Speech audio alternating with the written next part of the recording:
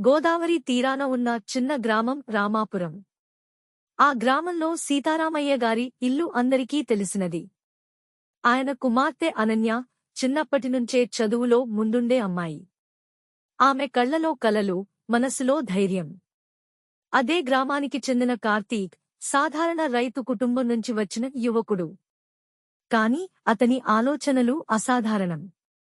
వ్యవసాయంలో కొత్త పద్ధతులు తీసుకురావాలన్న ఆశ అతని హృదయంలో ఎప్పుడూ మండుతూనే ఉండేది. అనన్య, కార్తీక్ మొదటిసారి కలిసింది గ్రామ లైబ్రరీలో. అనన్య పరీక్షల కోసం చదువుతుండగా కార్తీక్ వ్యవసాయ పుస్తకాలు వెతుకుతున్నాడు. పుస్తకం కోసం ఇద్దరి చేతులు ఒకేసారి కలిశాయి. ఆ క్షణం చిన్నదైనా వారి జీవితాలను మార్చిన క్షణం అయ్యింది. ఆ తరువాత రోజూ లైబ్రరీలో కలుసుకోవడం, చిన్న చిన్న మాటలు, చిరునవ్వులు, అవి నెమ్మదిగా ప్రేమగా మారాయి. గోదావరి ఒడ్డున సాయంత్రాలు, చల్లని గాలి, పక్షుల కిలకిలలు, అక్కడే వారి కలలు పంచుకున్నారు. అనన్య పెద్ద చదువులు చదివి గ్రామానికి సేవ చేయాలని కోరుకుంది. కార్తీక్ మాత్రం తన భూమిని వదలకుండా ఆధునిక వ్యవసాయంతో రైతుల జీవితాలు మార్చాలనుకున్నాడు. ఇద్దరి లక్ష్యాలు వేరు అయినా దారి ఒక్కటే, గ్రామాభివృద్ధి. కాని వారి ప్రేమకు అడ్డంకులు వచ్చాయి. అనన్యకు నగరంలో మంచి ఉద్యోగం వచ్చింది. ఆమె తండ్రి కూడా అదే కోరాడు. గ్రామంలో ఉండి ఏమీ సాధిస్తావు అన్న ప్రశ్న ఆమెను కలవరపెట్టింది. మరోవైపు కార్తీక్ కుటుంబం ఆర్థికంగా బలహీనంగా ఉండటం అనన్య తల్లిదండ్రులకు ఇష్టం లేదు. ప్రేమ, బాధ్యతల మధ్య అనన్య మనసు చీలిపోయింది. వెళ్లే రోజు వచ్చింది.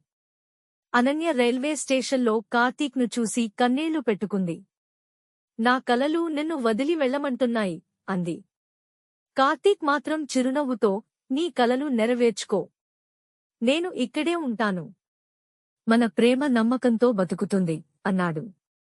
ఆ మాటల్లో బాధ ఉన్నా ఆశ కూడా ఉంది. సంవత్సరాలు గడిచాయి. అనన్య నగరంలో మంచి పేరు తెచ్చుకుంది.